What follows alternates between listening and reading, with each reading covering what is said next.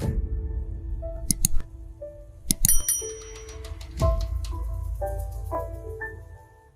दोस्तों, नमस्कार। आप सभी का एक बार फिर से हार्दिक स्वागत है। बात करेंगे 13 अप्रैल के फर्स्ट एडिटोरियल की। सेशन स्टार्ट करें उससे पहले एक जरूरी सूचना है कि अब हमारे चैनल का नाम आशीष क्लासेस कर दिया गया है। ठीक है, पहले नाम था इंग्लिश ट्यूटोरियल्स आशीष सर, अब नाम कर दिया गया आशीष क्लासेस। यहाँ पे जल्द ही आपको इंग्लिश के अतिरिक्त कुछ और क्लासेस भी मिलने लग जाएंगी। सबसे पहले तो क्लासेस मिलेंगी करंट अफेयर्स की। करंट अफेयर्स की क्लासेस शुरू करने वाले हैं एक निश्चित टाइम, जैसे कि हमारा टाइम निश्चित है एडिटोरियल का शाम को 5 बजे, वैसे एक निश्चित टाइम पर मॉर्निंग में आपको करंट अफेयर्स की क्लासेस भी मिलना स्टार्ट हो जाएंगी। ठीक है, तो ये अब धीरे धीरे अब चैनल को थोड़ा और एक्सपेंड हम करेंगे और फैकल्टीज़ को यहाँ पर लेकर आएंगे और बढ़िया से इसको मैनेज करके आपको सब मतलब पूरा सॉल्यूशन आपको एक जगह पे मिल जाएगा। तो ये स्टार्ट करते हैं। आपको पता है कि एप्लीकेशन पर बहुत सारे कोर्सेज चल रहे हैं, जिनमें से एक कोर्स ग्रामर का है। ग्रामर का कोर्स तो फिर कंप्लीट भी होने वाला है। यहाँ पर अब केवल आपका आर्टिकल बचा हुआ है और वर्ब बचा हुआ है, बाकी सब कुछ यहाँ पे कंप्लीट है। ये एप्लीकेशन आपको डाउनलोड करना है कोर्सेज बाई करने के लिए। ये आप डाउनलोड करोगे तो आपको और बहुत सारे कोर्सेज मिलेंगे, जिसमें सबसे मुख्य कोर्स ये हर वीक स्टार्ट हम करते हैं वेंसडे से, मीन्स कल से स्टार्ट होगा ये बैच। 2 एडिटोरियल्स पर डे मिलते हैं। खास बात ये रहता है कि दोनों का पीडीएफ आपको मिलता है यहाँ पे। एक एडिटोरियल तो यही होगा जो शाम को 5 बजे आप देख रहे हैं, लेकिन आपको इसमें जल्दी मिल जाएगा सुबह और उसका पीडीएफ मिलेगा। एक लेट नाइट को मिलेगा, उसका पीडीएफ मिल जाएगा। तो 2 एडिटोरियल्स प्रकार से मिलेंगे। क्लोज टेस्ट पैराजम्बल का कोर्स भी है, हालांकि अभी ये पूरा नहीं हुआ है, मैं थोड़ा ग्रामर के कोर्स में व्यस्त हूँ, लेकिन जल्द ही इसे भी पूरा कर दिया जाएगा। ठीक है, 60 के करीब 62 के करीब क्लोज टेस्ट हैं, 40 के करीब यहाँ पैराजम्बल्स है। जैसे ही ये ग्रामर का कोर्स कंप्लीट होगा, जल्द ही हम 5-10 दिनों के अंदर इसको कंप्लीट कर देंगे। आइए स्टार्ट करेंगे। आज का एडिटोरियल है सैल्वेजिंग स्ट्रेटजी, इस नाम से आर्टिकल है। और एक और मुझे एक शेयर करना था, आपसे पूछना था आके, खैर बताना मुझे। आपको मैं एक नंबर, एप्लीकेशन का नंबर आपको पता ही होगा, आप हमारे कोर्सेज में जाकर नंबर देख लीजिएगा। उस नंबर पे या जिसके पास व्हाट्सएप नंबर है, मतलब व्हाट्सएप नंबर भी वही है, उस पे आप एक बताइएगा मुझे कि मुझे जैसे आजकल मैं पोइम्स लिख रहा हूँ। ठीक है, मैं आपने देखा भी होगा, मैंने कुछ कम्युनिटी पोस्ट भी डाली थी, इंग्लिश में कुछ पोइम्स थी। मैं चाहता हूँ कि वो पोइम्स न्यूज़पेपर में या किसी मैगजीन में पब्लिश करूँ। आप में से कोई ऐसा विद्यार्थी हो जो किसी न्यूज़पेपर से जुड़ा हुआ हो, या जिसको पता हो प्रोसेस के बारे में कि ऐसे करने से मतलब ये मेल करने से ये पब्लिश हो जाएगी, तो आप मुझे ज़रूर से बताइए। ठीक है, ये आपसे एक हेल्प, छोटी सी हेल्प चाहिए मुझे। तो आप वो नंबर जो आपको दे रखा है, हालांकि मैं यहाँ भी लिख देता हूँ नंबर 7665105009, इस पर आप व्हाट्सएप कर दीजिएगा। 7665105009 व्हाट्सएप करने को कह रहा हूँ, कॉल करने की आवश्यकता नहीं। कॉल करोगे तो खैर कोई और ही यहाँ पे आपको रिप्लाई करेगा, तो आप इस पर व्हाट्सएप कर दीजिएगा, मेरे पास सूचना पहुंच जाएगी कि क्या प्रोसीजर है। आपका नाम भी लिख दीजिएगा, स्टेट का नाम है, ताकि हम आगे भी कम्युनिकेट कर सकें इस बारे में। तो ये बताना मुझे कि कोई भी ऐसा न्यूज़पेपर, इंग्लिश न्यूज़पेपर की बात कर रहा हूँ, जहाँ पे मुझे पोइम्स वगैरह पब्लिश करवानी हो, तो क्या प्रोसीजर हो सकता है। अगर आप में से कोई गाइड कर सके, बता सके, तो ज़रूर बताइएगा। ठीक है, थैंक यू। आइए स्टार्ट करें। सैल्वेजिंग स्ट्रेटेजी नाम से आर्टिकल है। सैल्वेज का मतलब होता है रेस्क्यू, या फिर इसको कह सकते हो आप सेव, रेस्क्यू या सेव, बचाना। स्ट्रेटजी का मतलब होता है रणनीति। तो कौन सी रणनीति है? बचाने की रणनीति। बचना किससे है? कोविड-19 इन्फेक्शन से बचना है। ठीक है, कोविड के बारे में है, काफ़ी सारे नए वर्ड्स हैं, लेकिन आज के आर्टिकल में कोविड के बारे में जो आर्टिकल्स आपने पढ़े थे मेरे साथ पहले के दिनों में, उनसे अपेक्षा, उनके पे थोड़ा सा डिफिकल्ट आज का आर्टिकल लगेगा आपको। India's aggressive second wave, aggressive आक्रामक होता है, तो भारत की जो आक्रामक दूसरी लहर है किसकी? कोरोना वायरस इन्फेक्शंस की, कोरोना वायरस संक्रमण की। तो सब्जेक्ट आपका ये सेकेंड वेव है। Marked by over 1,50,000 cases a day. Marked का वैसे चिन्हित होता है, तो ये जो दूसरी लहर आई है ना, इसकी मुख्य बात देखो कि एक दिन में केसेज की संख्या 1.5 लाख से ऊपर आ रही है। ठीक है, एंड मैनी डेथ्स, और बहुत सारे लोग यहाँ पे मर भी रहे हैं। तो ये जो वेव आई है, इज, ये इसकी वर्ब है। इज क्लियरली द रिजल्ट, ये स्पष्ट रूप से परिणाम है। किसका परिणाम है? इर्रेशनल एक्जुबरेंस का। एक्जुबरेंस का मतलब एक्साइटमेंट होता है, एक्जुबरेंस का मतलब होता है एक्साइटमेंट। तो ये निश्चित रूप से परिणाम है बहुत ज्यादा एक्साइटमेंट का, बहुत ज्यादा एंथुजियाज्म का। और वो एंथुजियाज्म कैसा है? तो ये एडजेक्टिव दे दिया इर्रेशनल। इर्रेशनल का मतलब इलॉजिकल, जो कि तर्क संगत नहीं है, जो लॉजिकल नहीं है, जो बेवकूफी भरा है। Early in the new year, इस साल के शुरुआत में। भाई हुआ क्या? हम लोग बिल्कुल केयरलेस हो गए, हमको लगा कि कोविड चला गया, केसेस की संख्या बहुत कम आने लग गई थी, तो इसलिए हम लोग लापरवाह हो गए और हम सारे, जो गवर्नमेंट ने भी क्या किया, सारी एक्टिविटीज़ के लिए मतलब अनुमति दे दी कि आप सब कुछ ओपन कर लीजिए, इंस्टीट्यूशंस भी खुल गए, एजुकेशन इंस्टीट्यूट्स भी खुल गए, है ना, धार्मिक मंदिर, जैसे मंदिर है, मस्जिद है या कोई चर्च है, उनको भी ओपन करने के लिए अनुमति मिल गई थी। तो इस प्रकार से बहुत सारी भीड़ भाड़ हो गई और उसके चलते ये सब, वो एक अपार्ट, मैं केवल आर्टिकल डिस्कस कर रहा हूँ। आप में से कुछ लोग बोलेंगे कि सर अभी सरकार जो है वो रैलियां करती हैं तो उसके अंदर तो संक्रमण नहीं होता, कि बिल्कुल आप जायज़ हैं। मैं केवल इस को आर्टिकल डिस्कस कर रहा हूँ, मैं कोई पॉलिटिसाइज नहीं कर रहा हूँ आर्टिकल को। इस आर्टिकल में क्या लिख रखा है उसको एक्सप्लेन करने की कोशिश कर रहा हूँ, ठीक है। बाकी पता मुझे भी है क्या चीज़ें चल रही हैं। देखिए भारत की जो अग्रेसिव सेकेंड वेव है कोरोना वायरस इन्फेक्शंस की, जिसमें 1.5 लाख से ज़्यादा केसेस पर डे आ रहे हैं और बहुत सारे मर रहे हैं लोग, तो ये जो सेकेंड वेव है इज क्लियरली द रिजल्ट, ये वास्तव में एक स्पष्ट रूप से एक परिणाम है किसका, इरेशनल एक्जुबरेंस का, मतलब एक असंगत या फिर गलत एक उत्साह का, जो उत्साह देखने को मिला नए साल के शुरुआत में, ठीक है। आगे देखिए, आफ्टर प्रीमैच्योरली अज्यूमिंग, प्रीमैच्योरली मतलब समय से पहले, प्रीमैच्योर का समय से पहले, अज्यूम का मतलब होता है मान लेना या फिर गैस करना। तो इस चीज के बाद कि आपने शुरू मतलब बहुत पहले ही अज्यूम कर लिया, मान लिया, आफ्टर प्रीपोजिशन है तो इसलिए आईएनजी लग गए यहाँ पे, और प्रीमैच्योरली यहाँ पे एडवर्ब हो गया। तो ये कह रहा है कि इस चीज को पहले ही मानकर बैठ गए that covid was virtually over. ये वर्चुअली है, इसका मतलब ऑलमोस्ट है, नियरली है, लगभग। तो मान क्या लिया कि कोविड-19 लगभग खत्म हो गया है, ये मान लिया। गवर्नमेंट्स मेड रैश डिसीजंस, तो गवर्नमेंट्स ने क्या किया, रैश डिसीजंस यहां पे लिए। रैश का मतलब होता है लापरवाही पूर्ण, केयरलेस कह सकते हो। रैश का मतलब है केयरलेस, ठीक है, लापरवाही पूर्ण, या फिर काफी उतावलेपन में, हेस्टी भी कह सकते हो, रेकलेस भी कह सकते हो, हेस्टी। तो गवर्नमेंट ने काफी जल्दीबाजी में डिसीजन लिए to allow large religious gatherings, कि जो बड़ी धार्मिक भीड़ है उसको अलाउ कर दिया गवर्नमेंट ने, एंड पॉलिटिकल कैंपेन्स, और जो चुनावी अभियान है, राजनीतिक अभियान है, उनको अलाउ कर दिया विद लिटिल रिगार्ड। रिगार्ड का मतलब यहाँ कंसिडरेशन से है या थिंकिंग से है, लिटिल लगा रखा है और लिटिल से पहले कोई आर्टिकल नहीं है, इसका मतलब ना के बराबर। इसमें मतलब नो रिगार्ड, मतलब कोई भी सोचा विचारी नहीं की गई फॉर डिजीज कंट्रोल, बीमारी को नियंत्रित करने के बारे में, ठीक है। फिर समझना, आफ्टर प्रीमैच्योरली अज्यूमिंग, मतलब इस चीज के बाद कि आपने समय से पहले ही ये मान लिया कि कोविड-19 वाज वर्चुअली ओवर, कि कोविड-19 जो है वो लगभग खत्म हो गया है। अभी कोविड-19 सब्जेक्ट था, वाज इसकी लिंकिंग वर्ब है, वर्चुअली एडवर्ब है, और यहाँ पे आपको प्रपोजिशन दे रखा है कि ये खत्म हो गया। गवर्नमेंट्स मेड रैश डिसीजंस, कि गवर्नमेंट्स ने क्या किया, बहुत ही लापरवाहीपूर्ण निर्णय लिए। गवर्नमेंट्स, क्योंकि राज्य सरकारों की बात है, एक सरकार होती तो सेंट्रल गवर्नमेंट के लिए गवर्नमेंट ही यूज करते हैं, स्टेट गवर्नमेंट से इसलिए गवर्नमेंट्स लगाया है, गवर्नमेंट प्लूरल है इस कारण से मेड वर्ब, इसकी मतलब इसके कारण तो क्या, लेकिन इसकी वर्ब ये है, ठीक है। तो गवर्नमेंट्स जो है उन्होंने क्या किया, काफी हेस्टी डिसीजंस लिए, काफी केयरलेस डिसीजंस लिए to allow large religious gatherings, किसके लिए, मतलब इसने क्या किया, बड़े बड़े धार्मिक जो भीड़ है उसको अलाउ कर दिया, और पॉलिटिकल कैंपेन्स को अलाउ कर दिया विद लिटिल रिगार्ड, इसमें बिल्कुल सोचा ही नहीं किस बारे में, डिजीज कंट्रोल के बारे में। समझ में आ रही बात। द लैप्स इज नाउ, ये जो लैप्स है इसका मतलब चूक है, गलती है, भूल है, ये जो भूल हुई है सरकार से, जो गलती हुई है, इज नाउ थ्रेटनिंग, थ्रेटनिंग का मतलब खतरा बन रही है। नेसेंट इकोनॉमिक रिकवरी, किसके लिए, ये जो एक अभी अभी शुरू हुई है, नेसेंट का मतलब जो बडिंग है, जो अभी अभी शुरू हुआ है, या इंसिपिएंट है, शुरुआती है। इकोनॉमिक का मतलब आर्थिक, रिकवरी पता ही आपको। तो ये नई जो अभी भी हाल ही में आर्थिक गतिविधियां रिकवर होने लग गई थी, सब चीजें पटरी पर आने लग गई थी, तो उसके लिए ये चूक जो है वो एक परेशानी का सबब बन रही है, थ्रेटन कर रही है। थ्रेटन का मतलब खतरा पैदा करना। समझ में आ रही बात। आगे देखो, रेदर देन व्यू, देखो रेदर देन के बाद में, देन के बाद व्यू जीरो लगाते हैं तो ये V0 आ रहा है। आप कई बार एक प्रश्न भी ये मैंने डिस्कस किया था एसपी बख्शी वाले सीरीज, अब आप बोलोगे एसपी बख्शी सीरीज कंटिन्यू नहीं की आपने, जहां तक मैंने करवाया उससे आगे भी आ जाएगा, थोड़ा सा टाइम मिल जाए मुझे, ऑफलाइन क्लासेस भी रहती हैं, थोड़ा सा प्रॉब्लम है। और कुछ बच्चे पूछते रहते हैं ऑफलाइन क्लासेस आपकी कहाँ है, भाई राजस्थान में है, सीकर एक डिस्ट्रिक्ट है वहां पर है, लेकिन मैं अभी नहीं चाहता कि आप लोग वहां से यहाँ पे आएँ, क्योंकि अभी कोविड का टाइम चल रहा है, तो अभी सब चीज़ें असमंजस में हैं। एक बार आप लोग भी सुरक्षित रहें, है ना, और जैसे ही सब चीज़ें अनुकूल होंगी मैं बता दूंगा और ये ऑफिशियल सूचना दे दूंगा कि ऑफलाइन क्लासेस में कैसे आप एडमिशन ले सकते हैं। फिलहाल तो आप ऑनलाइन पढ़ें, घर बैठ के ही पढ़ें, क्योंकि कहीं दूर से आएंगे, प्रॉब्लम्स आपके लिए भी हैं, ट्रेन से सफ़र करके आएंगे, बहुत अभी थोड़ा प्रतिकूल माहौल चल रहा है कोरोना का, इस कारण से हम अलाउ नहीं कर रहे हैं।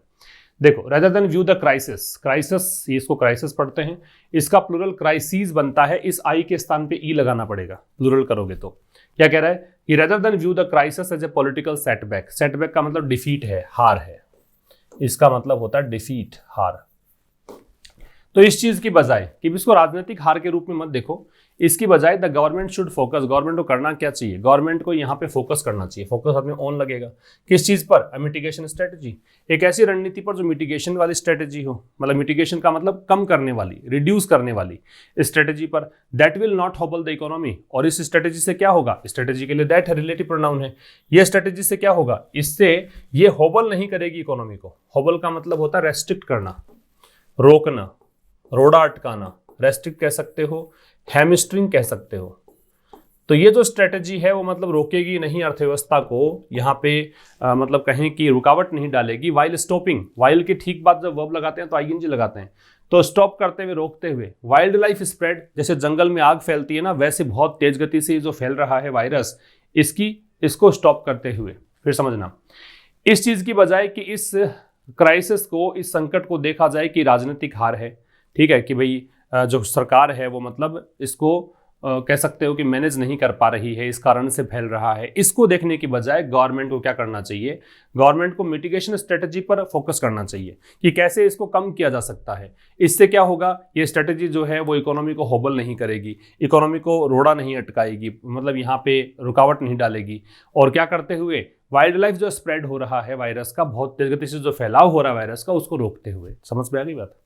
अ की इंटरवेंशन वुड बी, की मतलब महत्वपूर्ण, इंटरवेंशन का मतलब हस्तक्षेप।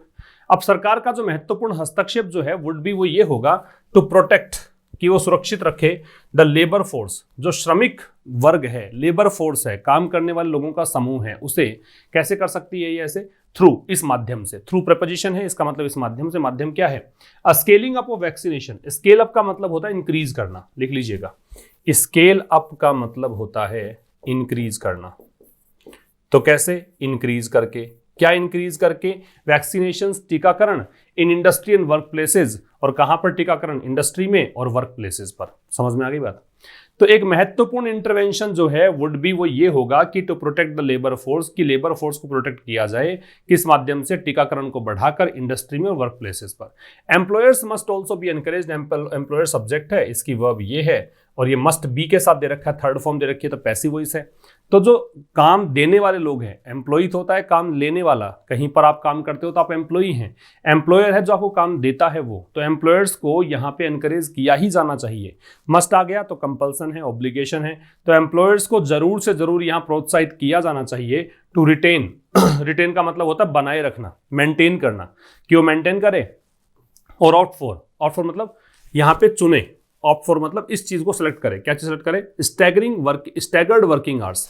स्टैगर्ड का मतलब यहाँ पे, स्टैगर्ड वर्किंग आवर्स का मतलब है ऐसे वर्किंग आवर्स का चुनाव करे, ऐसी चीज को अपनाए कि भाई किसी कर्मचारी को, जैसे मान लो 10 कर्मचारी हैं, 10 में से आपने 5 को बुला लिया एक शिफ्ट में, अगले 5 को बुला लिया दूसरी शिफ्ट में, ठीक है, इस तरह से काम करवाए ताकि वहां पे अनावश्यक ट्रैफिक ना हो, अनावश्यक वहां पे भीड़ ना जमा हो। And work from home protocols, protocols का मतलब नियम आदि होते हैं, वर्क फ्रॉम होम मतलब घर पे से काम हो जाए, ऐसे प्रोटोकॉल्स अपनाकर। फिर समझना, एम्प्लॉयर्स जो हैं उनको जरूर जरूर एनकरेज किया जाना चाहिए, जो भी लोग काम दे रहे हैं, जो भी लोग मतलब एक कंपनी चला रहे हैं, कोई संगठन चला रहे हैं, कोई भी चीज़ फैक्ट्री चला रहे हैं, उनको प्रोत्साहित किया जाना चाहिए कि वो या तो मेंटेन रखें, मेंटेन मतलब अभी फिलहाल हो सकता है वो ऐसा ही काम कर रहे हो तो ऐसा कर रहे हो तो मेंटेन रखो, या फिर नहीं कर रहे हैं तो फिर अपनाइए क्या, स्टैगर्ड वर्किंग आवर्स की, ऐसे वर्किंग आवर्स जो ऑल्टरनेट वर्किंग आवर्स हो, मतलब कभी आपने एक को बुलाया, फिर दूसरे को अगले घंटे बुलाया, तीसरे को ऐसे बुलाया, ऐसे काम करवाएं, या एक शिफ्ट में कुछ ग्रुप को बुलाएं, और वर्क फ्रॉम होम प्रोटोकॉल्स को ऑप्ट फॉर करें, ठीक है।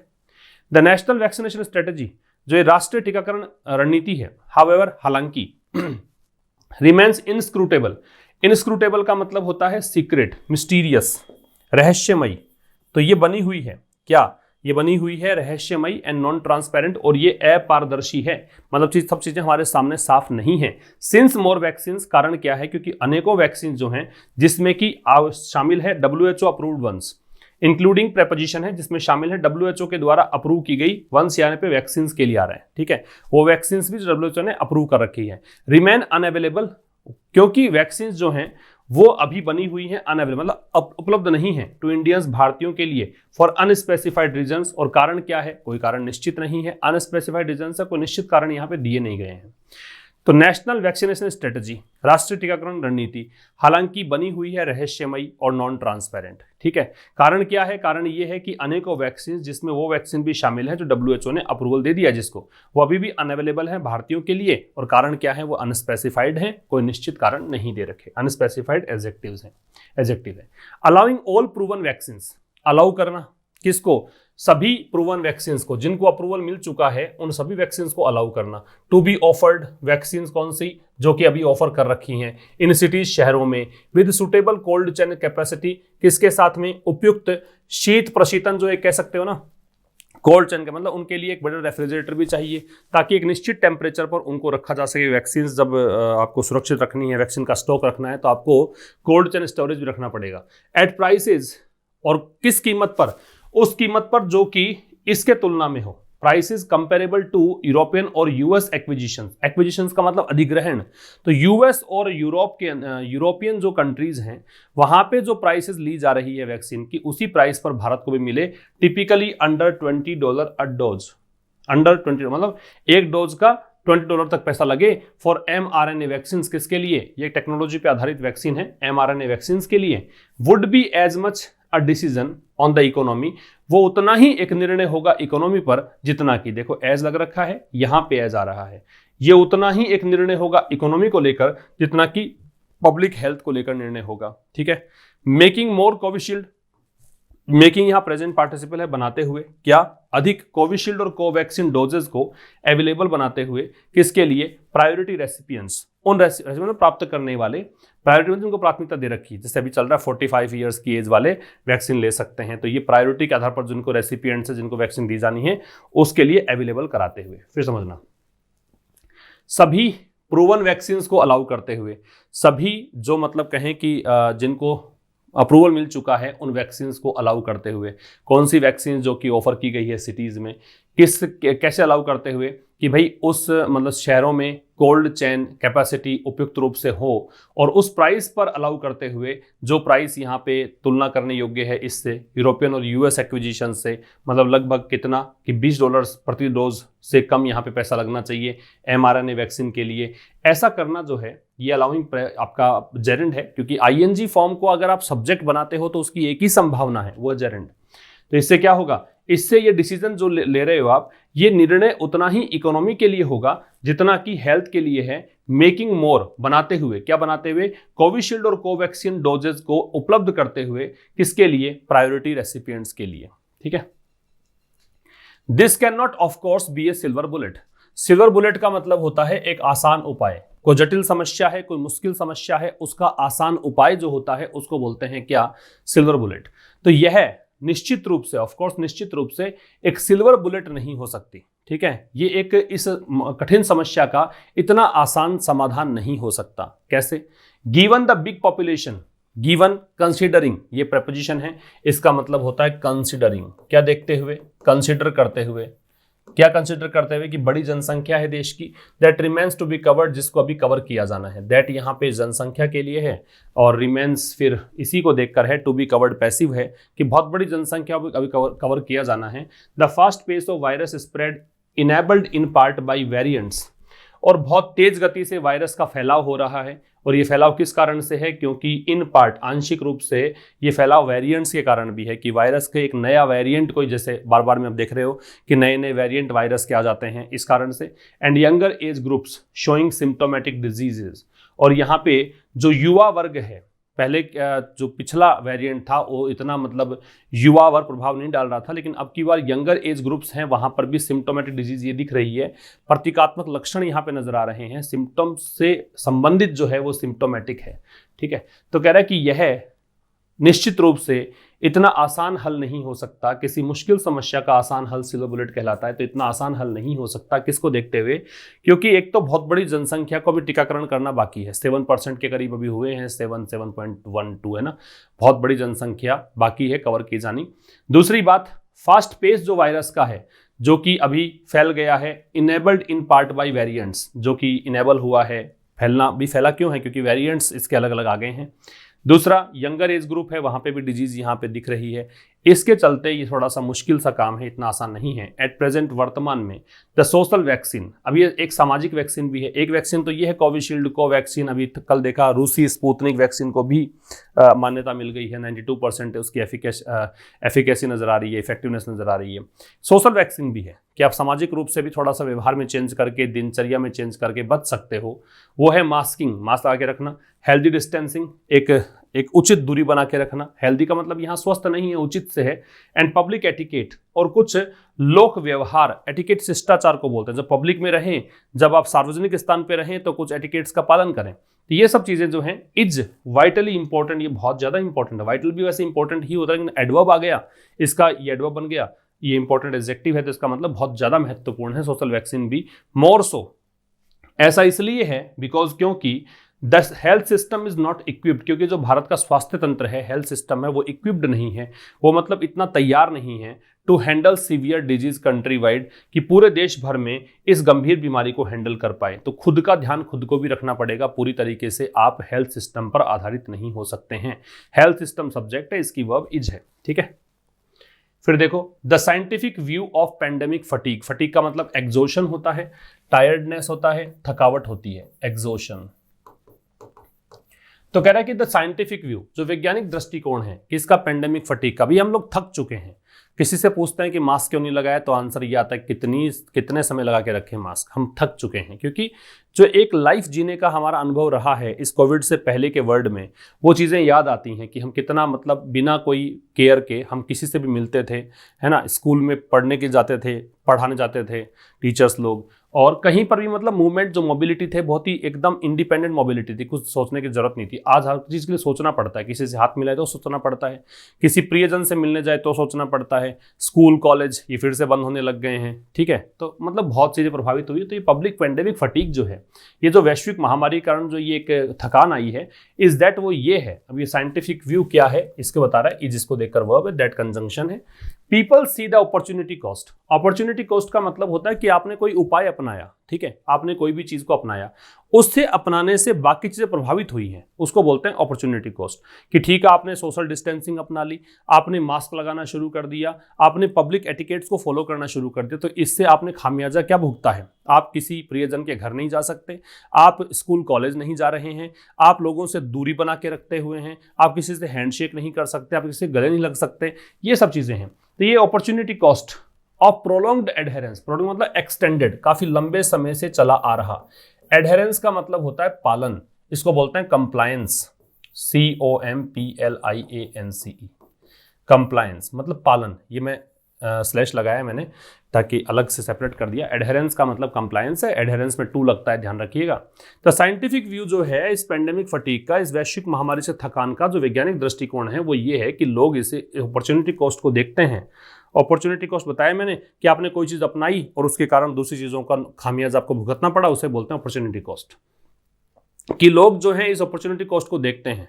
किसकी अपॉर्चुनिटी कॉस्ट? कि काफी लंबे समय से जो आप पालन करते आ रहे हो, किसका? डिमांडिंग रेस्ट्रिक्शंस का। जो प्रतिबंध यहाँ पे डिमांडिंग है, जिसकी जरूरत है, जो नेसेसरी है, डिमांडिंग का यहाँ पे नेसेसरी मान लीजिए, जो भी प्रतिबंध यहाँ पे जरूरी है, उनको यहाँ पे लोग देख रहे हैं किस रूप में? एज टू हाई, क्योंकि बहुत ज्यादा है ये रेस्ट्रिक्शंस, इस रूप में देख रहे हैं। अपॉर्चुनिटी कॉस्ट बहुत ज्यादा है, मतलब खोना बहुत कुछ पड़ा है लोगों को।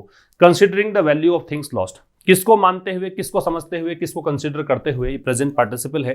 क्या कंसीडर करते हुए? The value of things lost, उन चीजों की वैल्यू जो चीजें खो गई हैं, जो चीजें हमारे पास अब नहीं रही हैं। जैसे कौन कौन चीजें हैं?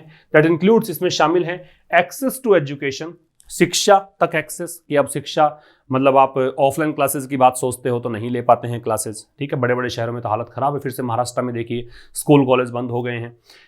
मीटिंग विद लव्ड वंस, जो प्रियजन हैं उनसे मिलना।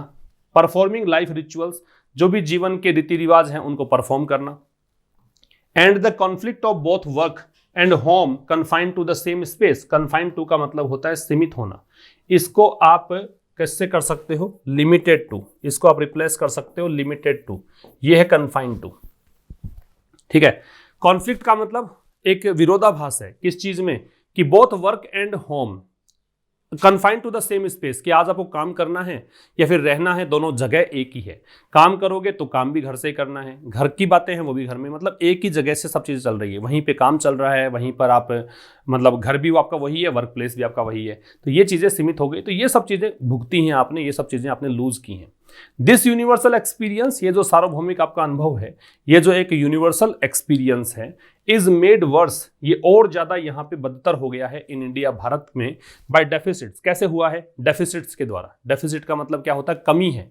कमी क्या है? इन हाउसिंग। एक तो यहाँ पे डेफिसिट है हाउसिंग का, कि यहाँ पे आवास, भारत में और देशों की बजाय आवास की कमी, मोबिलिटी ऑप्शंस, दूसरा गतिशीलता की कमी, आवागमन जो मतलब आना जाना जो है उसकी कमी, एंड गुड लिविंग कंडीशंस, और रहने की स्थितियां भी यहाँ उतनी बेहतर नहीं जितने कि और देशों में होती हैं, है ना। तो ये सब इंफ्रास्ट्रक्चर इतना मतलब सॉलिड नहीं है भारत में, तो ये यहाँ पे एक्सपीरियंस जो है और भी ज़्यादा खराब हो जाता है। हालांकि है तो यूनिवर्सल एक्सपीरियंस, सब जगह ऐसा हो रहा है, लेकिन भारत में ज़्यादा खराब है। कारण इसके ये दे रखे, ठीक है।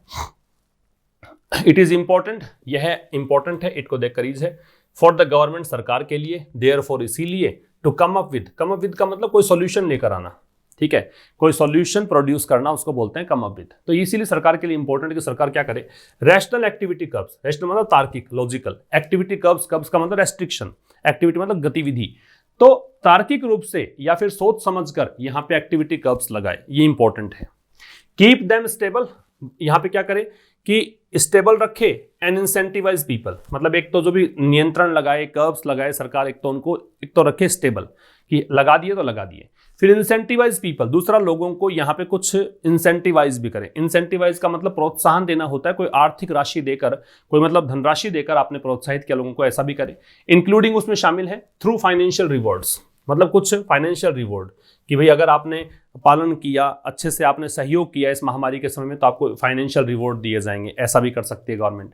दीज इनिशिएटिव्स, ये जो इनिशिएटिव्स हैं, ये जो पहल की जा रही है, कैन लोअर, ये क्या कर सकता है, कम कर सकता है, the perception of lost opportunities. Perception का मतलब जो आपने एक धारणा बना ली है, लॉस्ट के आपने अवसर खो दिए हैं, काफी सारे, जो कहता ना वो एक अपॉर्चुनिटी कॉस्ट वाली बात आ गई, कि जो अवसर आपने खो दिए हैं उसकी जो धारणा है, उन धारणाओं को ये इनिशिएटिव्स कम कर सकते हैं, ठीक है। भी अब देखो माहौल चेंज हो गया, सिनारियो चेंज है, तो उसी के अकॉर्डिंग चलना पड़ेगा, कुछ कर तो सकते नहीं है। तो अब उस चीज़ों को ही अलग तरीके से माउल्ड करने की जरूरत है, ढालने की जरूरत है। तो ये जो इनिशिएटिव्स हैं, ये क्या कर सकते हैं, लॉस्ट अपॉर्चुनिटीज के परसेप्शन को कम कर सकते हैं, एंड कंपनसेट वर्कर्स, और वर्कर्स को कंपनसेट कर सकते हैं। वर्कर्स को क्या कर सकते हैं, कंपनसेट। कंपनसेट का मतलब होता है मुआवजा देना, भरपाई करना, किसी की जो नुकसान हुआ है उसकी भरपाई करना। इन द अफेक्टेड सेक्टर्स, जो प्रभावित क्षेत्र हैं वहां पर वर्कर्स को कंपनसेट कर सकते हैं। जैसे कि क्षेत्र कौन कौन से उदाहरण दिया है, जैसे कि ट्रेवल है, फूड है, हॉस्पिटैलिटी इंडस्ट्रीज हैं। ये जो इंडस्ट्रीज है ना, यहाँ पे जो सेक्टर प्रभावित हुए हैं, ये सेक्टर प्रभावित हुए हैं, यहाँ पे जो वर्कर्स हैं उनको कंपनसेट किया जा सकता है ऐसे, ठीक है।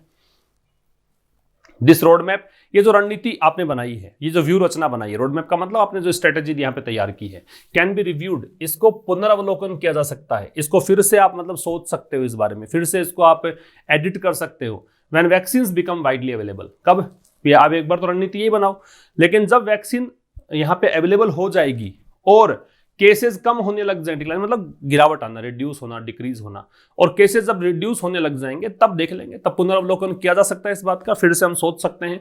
ऑल्दो, यद्यपि, a return to a carefree past, यद्यपि आप ये सोच रहे हो कि वापसी हो जाएगी, किसकी वापसी, कि ऐसे पास्ट में हम चले जाएंगे जो केयर फ्री था, हम चिंता मुक्त थे, हम कहीं भी आ रहे थे, जा रहे थे, किसी से भी मिल रहे थे।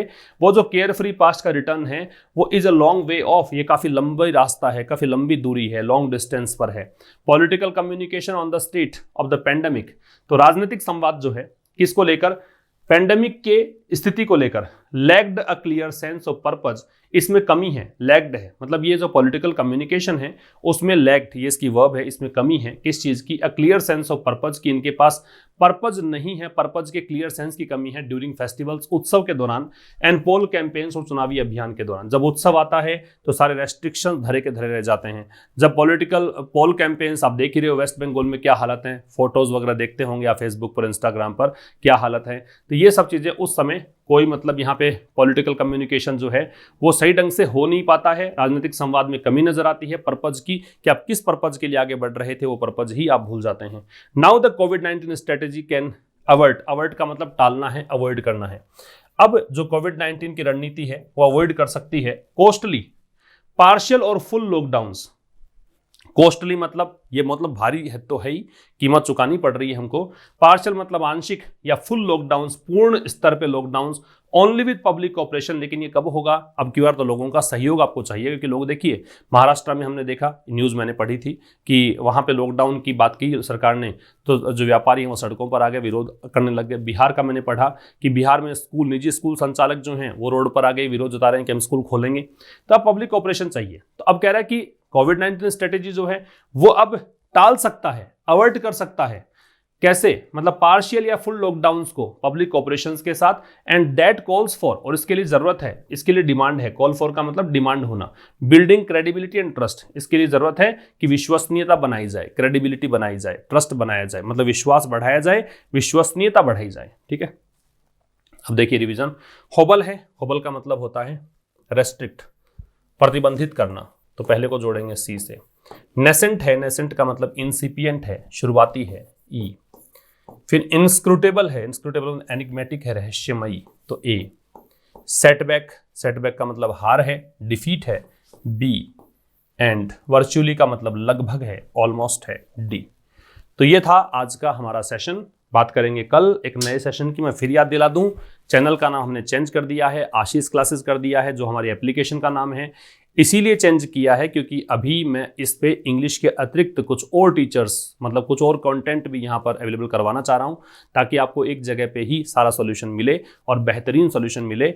जिस तरीके से क्लासेस हमारी गंभीरता से चली हैं इंग्लिश की, वैसे ही मैं आपको विश्वास दिलाता हूं कि जो क्लासेस होंगी करंट अफेयर्स की या फिर मैथमेटिक्स की या रीजनिंग की आने वाले टाइम पर, वो सभी भी ऐसे ही सिंसियरिटी से चलेंगी और आप बहुत अच्छा स्कोर एग्जाम में प्राप्त कर पाएंगे। Thank you very much for watching till the end. See you tomorrow sharp at 5 PM. Till then, goodbye.